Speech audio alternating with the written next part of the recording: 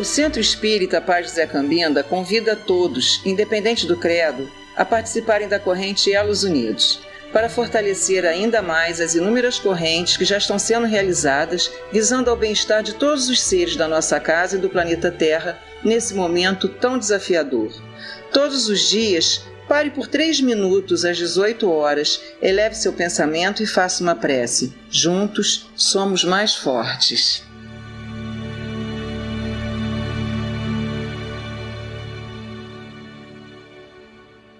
Quarta-feira, 29 de março de 2023. Reunidos no Templo Umbandista Paz José Cambinda, iremos iniciar os trabalhos da noite com a nossa prece inicial. Ainda que tudo pareça perdido, confia e serve. A esperança é o caminho para o triunfo. Aprendamos com a bondade divina que diariamente reforma esse ou aquele crédito em nosso favor. Se Deus acredita em nós, por que desesperarmos-nos uns dos outros? Lembra-te que Jesus, o anjo da fé por excelência, jamais esmoreceu à frente da luta.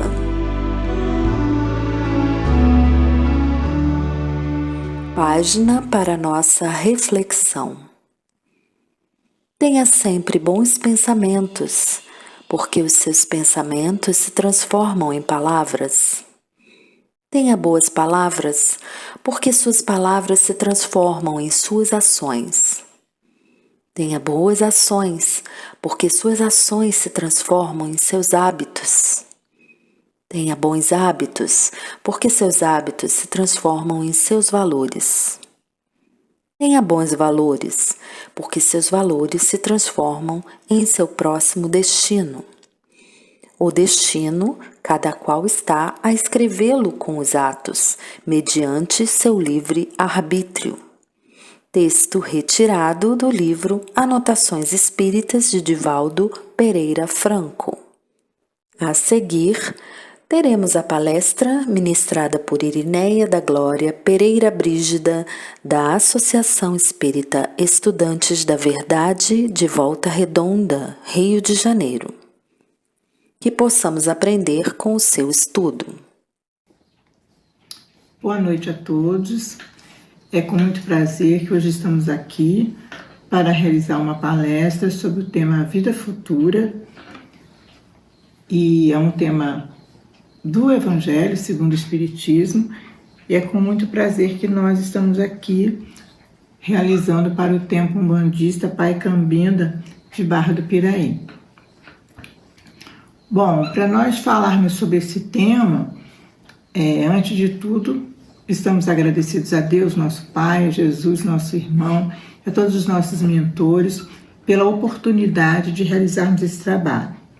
Quando falamos da vida futura, alguns questionamentos logo nos ocorrem. Por que tipo de questionamento? Por que o homem tem, de uma certa forma instintiva, o horror ao nada? Né? Por que é uma coisa instintiva esse horror ao nada? Quando Kardec faz essa pergunta aos espíritos, eles são muito claros em dizer porque o nada não existe. E ainda pensando um pouco sobre esse tema, de onde que nasce para o homem esse sentimento instintivo de uma vida futura? Já que o homem tem esse instinto, de onde nasce isso? De onde teria vindo isso? Então, quando Kardec pergunta aos espíritos sobre isso também, a questão 959 do Livro dos Espíritos, os espíritos vão dizer de forma bem clara, né, de que antes de encarnar, todos nós, espíritos que somos, já conhecemos todas essas coisas, que logicamente são apagadas com o véu do esquecimento assim que nós reencarnamos, mas a gente já vivenciou isso, já conhece a vida espiritual e ele sabe o que é a diferença do estado espiritual na erraticidade enquanto espírito encarnado que nós chamamos de alma. Então o espírito ele tem muita clareza sobre que a nossa vida é uma vida curta, ela é precária, muitas vezes a gente tem uma falta de percepção clara e a certeza do dia seguinte. Ninguém sabe a certeza do dia seguinte, a certeza que estamos todos nós aqui, mas que vamos partir todos os dias, essa certeza nós temos. Então, quando se pensa muito o que será de nós após a morte, essa pergunta sempre na história da humanidade permeou diversos questionamentos, né? Por que estamos aqui? O que vai ser? Para onde vamos? E essa mesma pergunta, ela vai suscitar de pessoas que têm a visão espiritualista, um posicionamento, e daquelas pessoas que têm uma visão materialista, outro posicionamento.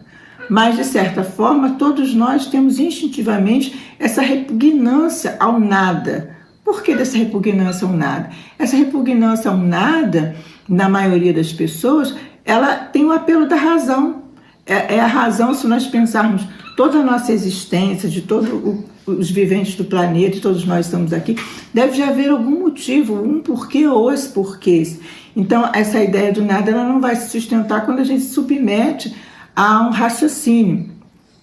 E a crença em Deus, quando nós falamos que acreditamos num Deus, ela está diretamente relacionada com a crença numa vida futura.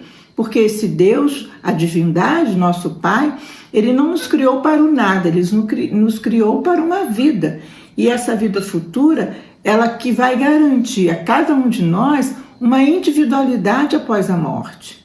Então é importante nós pensarmos essas questões para que a gente possa entender que a visão da vida futura, ela está diretamente relacionada com a nossa crença em Deus. Se nós acreditamos verdadeiramente em Deus, nós acreditamos que há uma vida futura.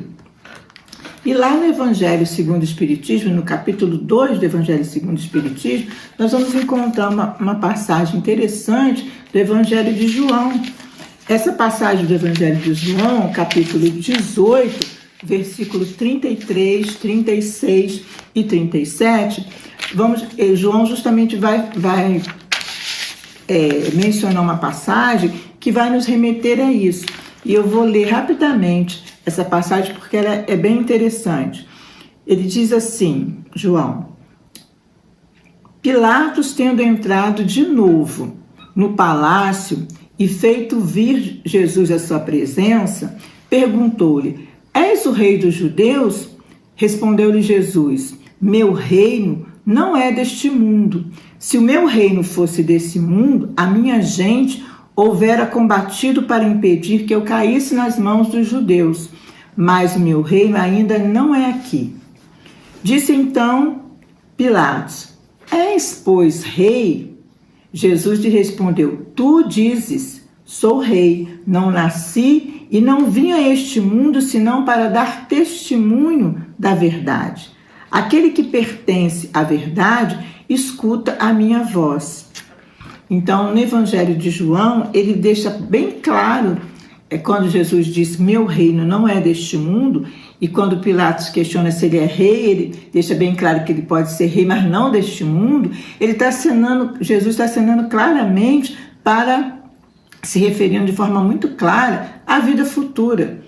E como uma forma também de mostrar que a meta da humanidade, de todos nós, é se preocupar, né? Se preocupar com a nossa vida na Terra. Como que a gente se conduz aqui, como é a nossa vida aqui, para se pensar numa vida futura. Então, esse aceno que Jesus, essa clareza com que Jesus coloca, é importante para a gente, quando se começa a falar de espiritismo ou de espiritualidade, para a gente entender isso. Então, se a gente pensar em todos os ensinamentos de Jesus, ou como nós chamamos, todas as máximas de Jesus, no fundo, elas se remetem aqui, elas se reportam, se remetem à vida futura.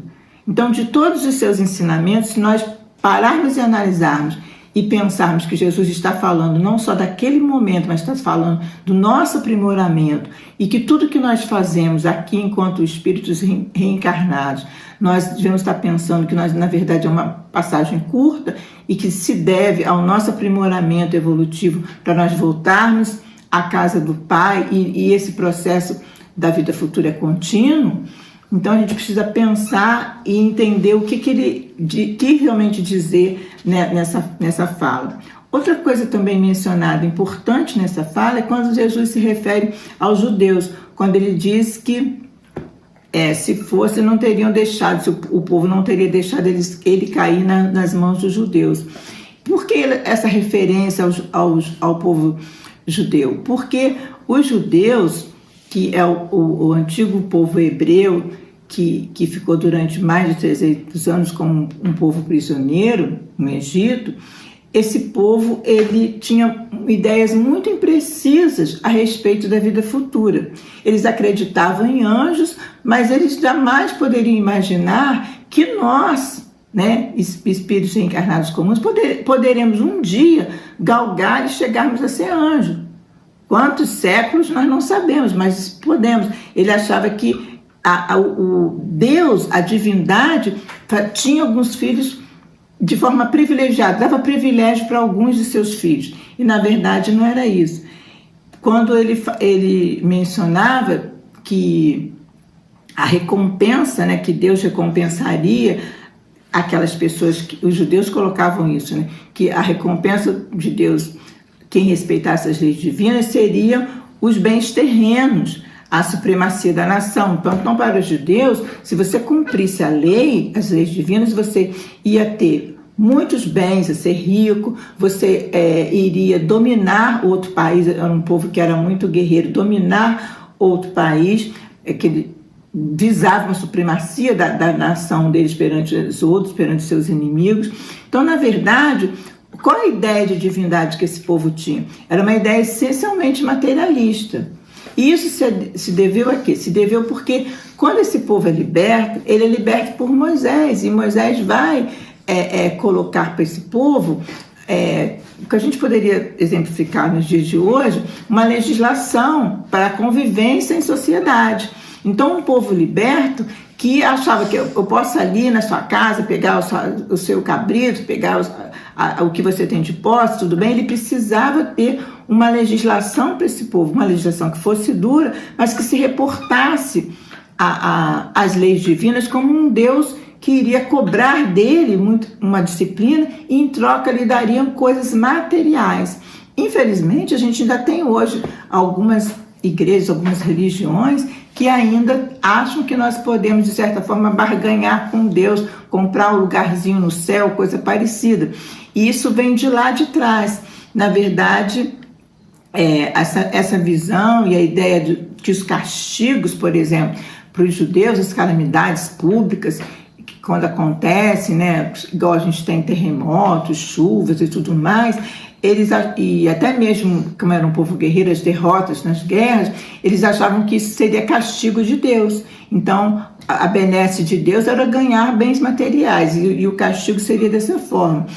Porque, como eu disse, esse povo ele é um povo ignorante, pastor, que foi liberto, e ele precisava, então, ser tocado por uma coisa mundana, por uma coisa material, e assim foi com as leis mosaicas. Já Jesus, para nós hoje, né, e como sempre foi, o espírito avançado que ele vai colocar em suas palavras a existência de um outro mundo que não é esse aqui. Então, quando Pilatos faz a indagação tentando pegar ele ali, de apertar, de alguma forma uma informação, ele fala, eu sou rei, tu o dizes, ou seja, se eu sou é porque você diz, mas eu não sou daqui. Então, quando ele deixa isso bem claro, ele vai dar uma ideia de que um outro mundo, uma outra forma de justiça existe que não seja esse. E que esse mundo, né, criado por Deus, pela divindade, tinha alguma recompensa para aqueles que cumprem, mas que não seria exatamente essa recompensa que os judeus se referiam, essencialmente material. Então, Jesus apresentou aí, nessa passagem do Evangelho, a vida futura como uma lei natural, como uma lei da natureza, cuja ação, ou seja, nenhum de nós pode fugir. Se é uma lei da natureza, é uma lei divina. Então, não é algo diferente, sobrenatural, incomum, faz parte da natureza do ser, dos espíritos, da divindade, ter uma vida futura.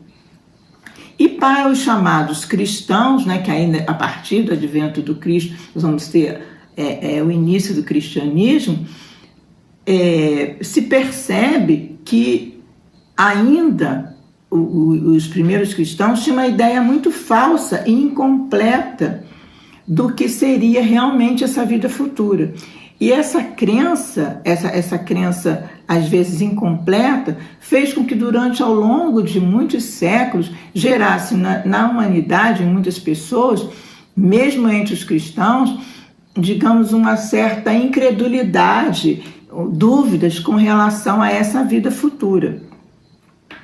E ao longo de muitos séculos, isso vai ser questionado. E nós temos diversas pessoas que falam, eu acredito na alma, no espírito, mas eu acho que quando a gente morre, a gente vai virar energia, você é estrelinha, cada um tem, mesmo aqueles que têm uma visão um pouco mais espiritualizada.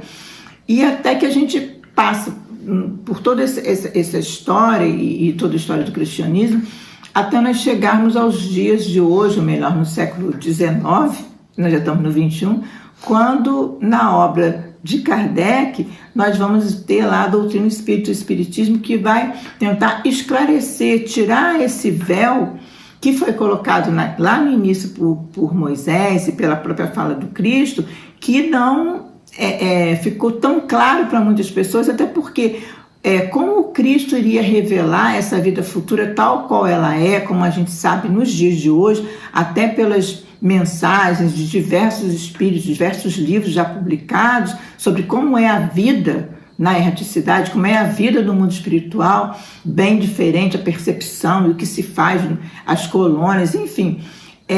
Tudo isso naquela época seria impossível aquela humanidade, naquela fase, entender. Então o Espiritismo vem para deixar bem claro para as pessoas, de uma forma até mais simples, de que o que é a vida futura não é uma mera hipótese, O Espiritismo vem a comprovar que existe a vida futura, através das mensagens, não só escritas, mas as próprias falas, né?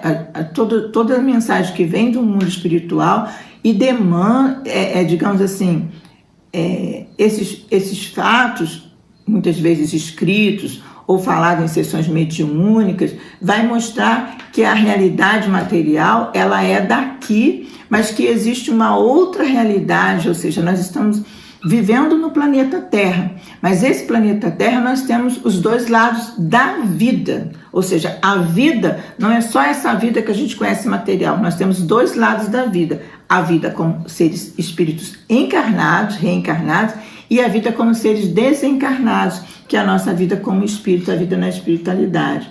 Nós vamos encontrar diversas obras que vão fazer descrições da vida após a morte, com um nível de detalhamento que impossibilita qualquer dúvida. Nós temos várias obras, dependendo, algumas mais simples, algumas mais complexas, detalhando como é o dia a dia, como é a vida espiritual.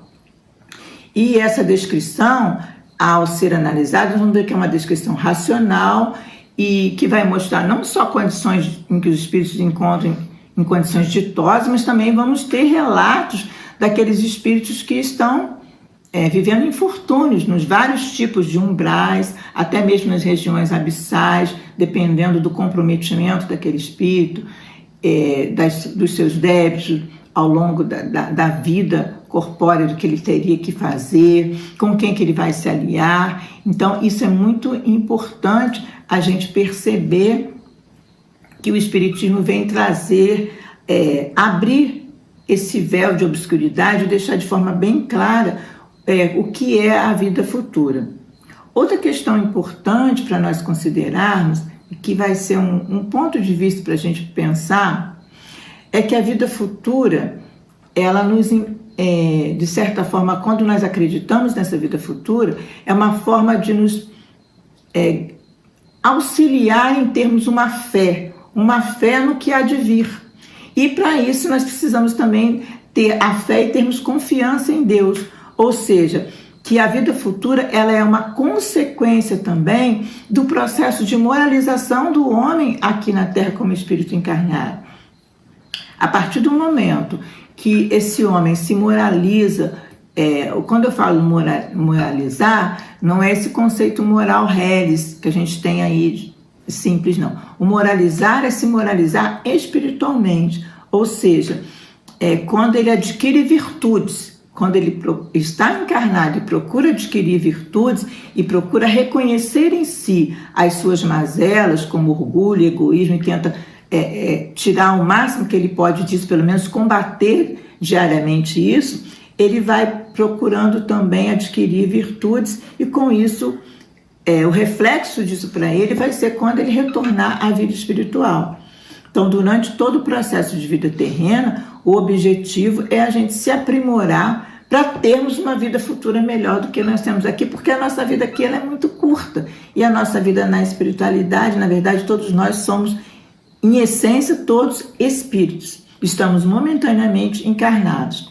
E também a crença na vida futura, ela vai trazer um suporte para que nós possamos suportar as tribulações dos nossos dias a dias, as doenças, as dificuldades em família, os problemas mais diversos que nós temos, porque nós estamos num mundo de provas e expiações, então o que nós sempre temos são problemas, dificuldades para a gente vencer, as tribulações, as chamadas tribulações, as vicissitudes, e que são de curta duração, porque o nosso tempo de vida aqui, o máximo a pessoa vive 80, 90, no máximo 100 anos. Então, esse é um período curto se pensarmos em termos de raticidade. E a morte representa para nós, quando a gente tem esse entendimento, a libertação. Quando você sai desse corpinho aqui e está livre.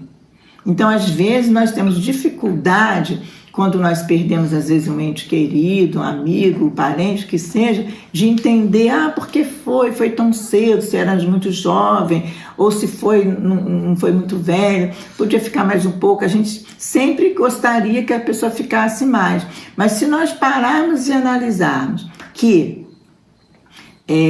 esse espírito está aqui encarnado, ele está preso a uma roupa que ele ganhou por um certo tempo, e que ao desencarnar significa para ele a libertação, porque o espírito liberto dessa carne, ele tem uma percepção muito diferente da nossa, muito mais ampla, de todas as vidas que ele teve, o que ele veio para fazer, a amplitude de visão é muito maior. Então significa a libertação. E às vezes a gente, quando chora muito a perda de um ente querido, se a gente parar para entender que aquela pessoa está se libertando antes de nós, é motivo para que a gente tenha fé, confiança e um conforto também. Outra questão é nós pensarmos sempre, para não termos dúvidas com relação à vida futura, muitas vezes as pessoas só ficam focadas. Agora, então, é muito modismo dizer isso. Tem que focar no presente. Você não tem que pensar no passado, porque o passado já foi, você não muda, e o futuro você não sabe se vai existir. Você tem que focar no presente. Sim, a gente precisa focar no presente para fazer as coisas que temos que fazer. Mas se a gente não usar do passado para uma reflexão sobre aquilo que nós temos que mudar em nós, não adianta muito. E assim também, se a gente ficar só focado no presente, que a maioria da parte da vida da gente é gasta em quê? É gasta em você trabalhar, conseguir comprar casa, carro, conseguir se estabilizar. Você perde um grande tempo da sua vida para isso, para você se estabilizar financeiramente. Quando nós devemos, ao mesmo tempo, dar até mais crédito em se estabilizar ou progredir espiritualmente. E, na maioria das vezes, as pessoas esquecem disso. Então, muitas vezes a perda de bens, quando a pessoa perde alguns bens ou tem uma vivência difícil de situações que desagradam, podem muitas vezes causar para essa pessoa um certo engano, uma certa decepção, no sentido de que aquela ambição foi insatisfeita, acha que é injustiça de Deus, por que o fulano consegue isso ou aquilo, ou às vezes fere também a vaidade, dependendo do problema. Então, muitas dessas pessoas, quando não conseguem ter essa compreensão, elas vão transformar a sua vida, suas vivências, suas tribulações, não em compreensão para o seu aprimoramento, mas sim em angústia, que muitas vezes essa angústia vai ser por quê? Porque ela está focada, o ponto de vista dela de se perceber é só pelo ponto de vista da vida corpórea. Ela não consegue se ver como um espírito eterno e que ele está aqui só num momento de passagem. Então isso pode atingir na pessoa uma vasta proporção na medida em que ele entende a vida terrestre como o tudo, né? Então, enquanto humanidade, nós devemos pensar que a humanidade, todos nós que fazemos parte dela, somos assim tão importantes quanto as estrelas que se perdem na imensidade. E a gente parar de pensar só no nosso umbigo, pensarmos também nas outras pessoas, pensarmos no coletivo, né? E assim a gente vai conseguir não dar tanta importância aos bens terrenos, e isso, à medida que você consegue não dar tanta importância aos bens terrenos, inversamente você está tendo fé na vida futura. À medida que você cresce isso, desse desapego, digamos assim, hoje em dia é uma palavra muito utilizada, nós estamos tendo mais fé na vida futura.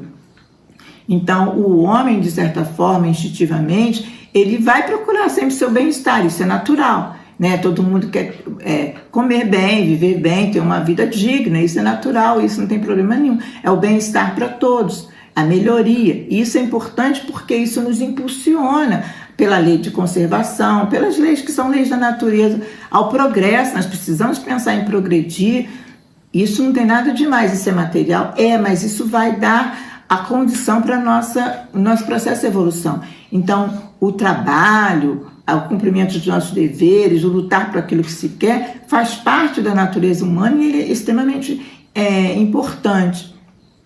Então, aquela pessoa que se identifica com a vida futura, ele vai viver a vida material, mas sem tanto apego, né? Muitas vezes um rico se perde sem emoção, perde assim, digamos assim, perde uma grande quantidade, né, de dinheiro, dá uma caída lá nos negócios, se ele não coloca aquilo com uma emoção tão forte e ficar tão chateado com aquela pessoa, ele consegue perder aquilo, mas consegue trabalhar e se absorver que foi só um dinheiro e que todos nós precisamos de dinheiro, mas que tudo há um porquê, ele vai sofrer menos e ele não vai se desesperar. Então, aquele que se identifica muito com a vida terrena, a hora que ele perde qualquer coisa, ele se desespera. Ele perde um emprego, ele se desespera. Se ele perder uma quantia, ele se desespera, porque ele não tem uma crença muito firme de que aquilo faz parte do processo. Então, para a visão espírita, para a doutrina espírita, essa vida não passa de o quê? De um elo, um pequeno elo entre a buscar a harmonia, né, e tudo que é magnífico com a obra do Criador. E é isso, para isso que a gente está aqui. Então, essa vida, esse elo que nós estamos vivenciando, a gente precisa cultivar a solidariedade, né, porque aí, através da solidariedade, a gente vai estar conjugando tudo aquilo que nós, em outras existências, conseguimos evoluir enquanto ser. E entendermos que todos os seres, né, do mesmo mundo, ou seja, não só nós, o homem, mas todos os seres viventes, animais, vegetais, a gente pensar o ambiente que nós vivemos, tá, como um local importante e como seres importantes e da mesma importância, não achar porque é o homem, ele é mais evoluído, ele tem o direito de destruir todos os outros para satisfazer os seus interesses. E que todos nós somos seres e podemos habitar hoje aqui esse mundo, mas podemos habitar todos os mundos do universo de acordo com nosso processo de evolução de Deus Pai. E para a gente começar a fechar um pouco esse assunto, nós falamos muito na perspectiva do Espiritismo, que é o nosso assunto de hoje, mas, na verdade, pensando de uma forma mais filosófica, a humanidade tem 5 alternativas. E algumas perguntas eu acho interessante nós fazermos para nós pensarmos, refletirmos. Nós viveremos ou não viveremos mais, né? Nós viveremos mais? Como nós viveremos? Nós estaremos em que condições? Essas perguntas, esses questionamentos, elas podem ser respondidas de acordo com as crenças religiosas que nós temos e o pensamento filosófico que essas crenças religiosas trazem. Então, quando a gente fala, por exemplo, da doutrina materialista, eu falei bastante sobre materialismo hoje, a doutrina materialista é aquela que diz que a inteligência do homem é uma propriedade da matéria, que ele nasce e morre com o organismo. Ou seja, o homem não é nada antes de ser e continua sendo nada depois da vida corpórea. Nasceu, acabou. Então, esse é o pensamento materialista. Nós temos também um outro pensamento importante que constitui doutrina, né? Existem as doutrinas materialistas, mas também temos a doutrina panteísta, que na doutrina panteísta ela vai dizer que o princípio inteligente, ou a alma, né, que é o espírito encarnado, independente da matéria, no nascimento, ele é aurido do todo universal. Ele vai se individualizar e cada ser durante a vida. Mas quando ele morre, ele retorna à massa comum. Ele perde a individualidade. É como se ele fosse gotas que caísse, de chuva que caísse no oceano. Ele vai fazer parte daquele todo. Essa é a visão da doutrina panteísta. Tanto a doutrina panteísta quanto a materialista, elas percebem o quê? Percebe cada um de nós, espírito, como um ser sem individualidade, sem consciência de si mesmo. E é como se o ser espiritual não existisse. Então não teria consequências morais para ele, né? Essa doutrina leva as pessoas a não se preocuparem com esse lado. E, na verdade, foca muito, tanto o panteísmo quanto o materialismo, no próprio materialismo. Já há uma outra doutrina importante, que é a doutrina deísta, né? E aí nós temos dois tipos de deístas. Deístas independentes, que são aqueles que creem em Deus, nas suas leis. Porém, essas leis, uma vez criadas, elas funcionam sozinhas, não precisa fazer nada. Então, as criaturas fazem o que querem, o que podem, e Deus não perde tempo conosco, não se ocupa conosco, nada a gente precisa de agradecer, nem pedir nada a Deus. Tudo vai resultar do que nós fizemos e acreditamos nessas leis sem essa reverência, digamos assim, à divindade dessa forma.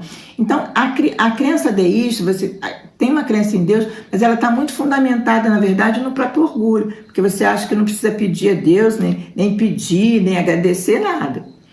E tem os chamados deístas providenciais, que é aquele que crê na existência de Deus e no poder criador de Deus, na origem de todas as coisas do universo, e na sua intervenção incessantemente na criação, e porém ele não admite culto nenhum exterior e o dogmatismo. Porque a gente fala dogmatismo é quando você tem uma crença em determinada coisa, é como o dogma, você não consegue explicar. Então a doutrina dogmática, ele diz que a alma é criada no nascimento, ou seja, nós não seríamos seres pré-existentes. A alma foi criada na hora que nós nascemos. E ela sobrevive e vai conservar toda a sua individualidade após a morte. E a sorte, para os dogmáticos, eles acham que o progresso não existe, é uma coisa que é nulo, né?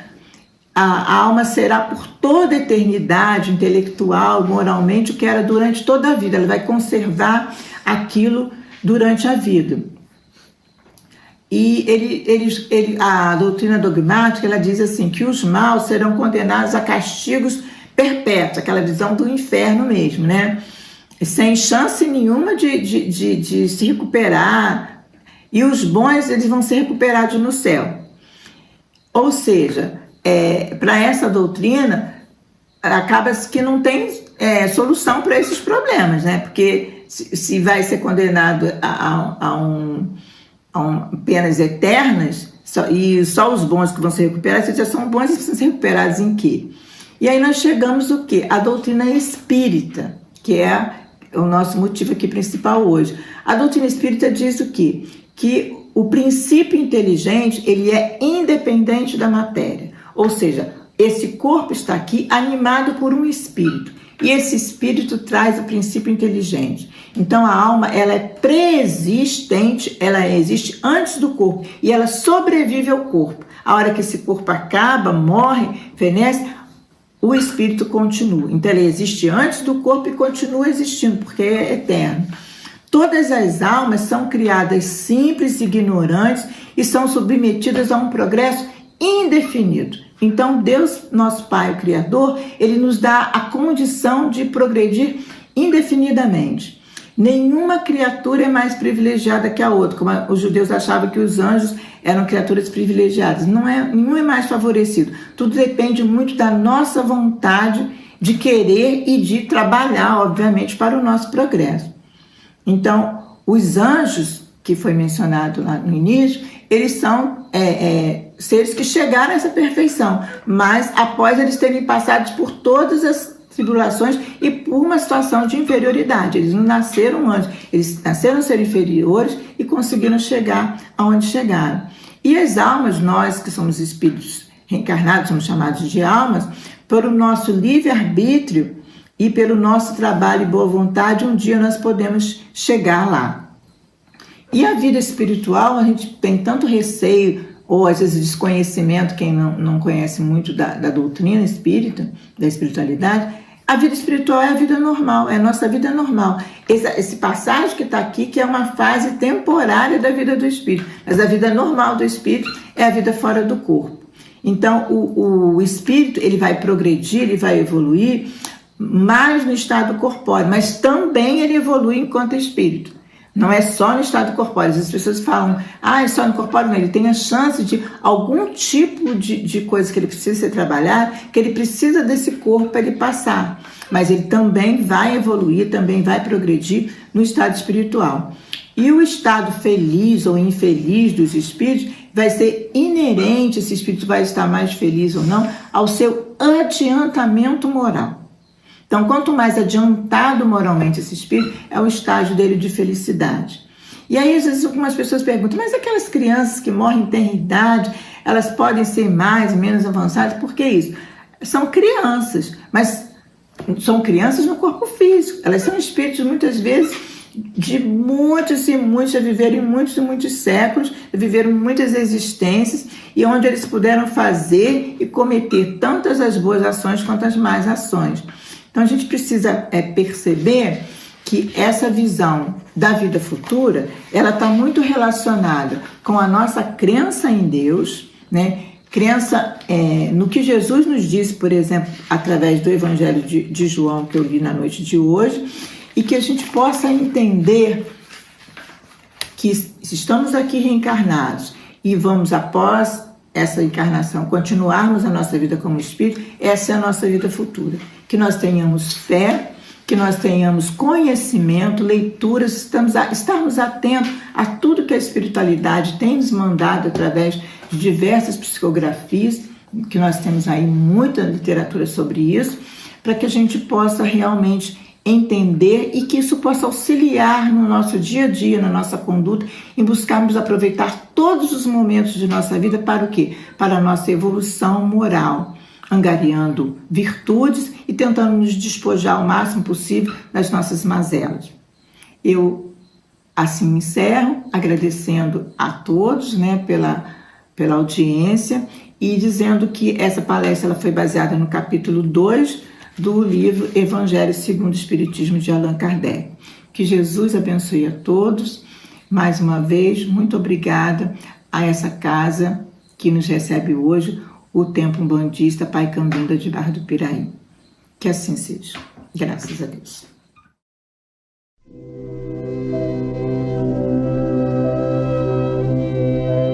A seguir, Elos que Unem, dedicado aos espíritos desencarnados que procuram o Templo Umbandista Pai José Cambinda. Senhor, fazei de mim um instrumento da vossa paz. Onde haja ódio, consenti que eu semeie amor. Perdão onde haja injúria, fé onde haja dúvida, verdade onde haja mentira, esperança onde haja desespero, luz onde haja treva, união onde haja discórdia, alegria onde haja tristeza. Ó Divino Mestre, permiti que eu não procure tanto ser consolado quanto consolar, compreendido quanto compreender, amado quanto amar, porque é dando que recebemos, perdoando é que somos perdoados, e morrendo é que nascemos para a vida eterna.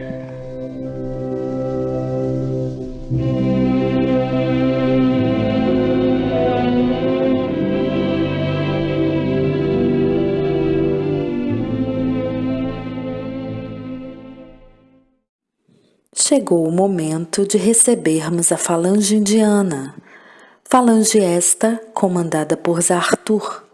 Esta falange não incorpora, atua através do nosso pensamento e farão também a fluidificação da nossa água. Portanto, estejamos receptivos para recebê-los.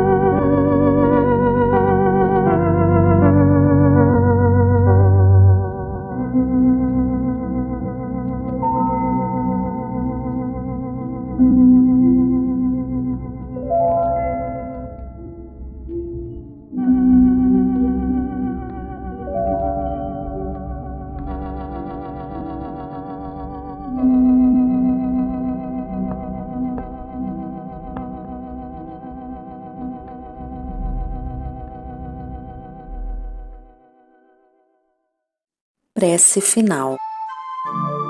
Senhor, Deus do amor, ensina-me a amar. Mesmo que meus olhos se fechem, ensina-me a amar. Mesmo que meus ouvidos se ensurdeçam, ensina-me a amar. Mesmo que minha boca silencie, ensina-me a amar. Mesmo que a esperança se vá, ensina-me a amar. Eu quero amar primeiro a vós e depois aos meus irmãos. Quero amar a mim mesma como templo do Espírito Santo. Amém. Convidamos a todos para a nossa próxima palestra no dia 5 de abril. Uma boa noite.